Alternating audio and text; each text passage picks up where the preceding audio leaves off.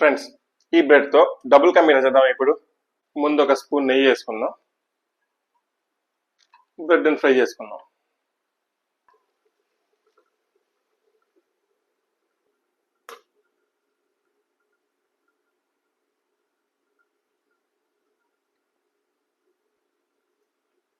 Fry చేసుకున్న బ్రెడ్లని ఒక బౌల్లోకి వేసుకొని అందులోకి ఒక కప్పు పంచదార వేద్దాం. ఒక అర లీటర్ పాలు, ఒక అరకప్పు కోవా.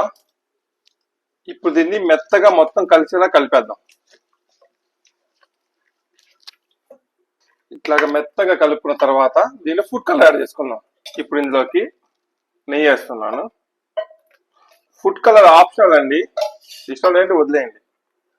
కలిపి ఇలా ఒక పెద్ద బౌల్లో షిఫ్ట్ చేసుకొని అడుగంట కూడా కలుపుతూ ఉందాం. మనం వేసిన నెయ్యి అంతా వదిలేయాలండి. ఇది వదిలేదాకా కుక్ చేయాలి దీన్ని. ఇది నెయ్యి వదిలేస్తుందండి. ఇది అయిపోయింది. ఇది పక్కన పెట్టేసుకుందాం. ఇప్పుడు దించే ముందు యాలకుల పొడి, జీడిపప్పు, ఆల్ మిక్స్ డ్రై ఫ్రూట్స్ అండి ప్లేటింగ్ చేసుకుందాం.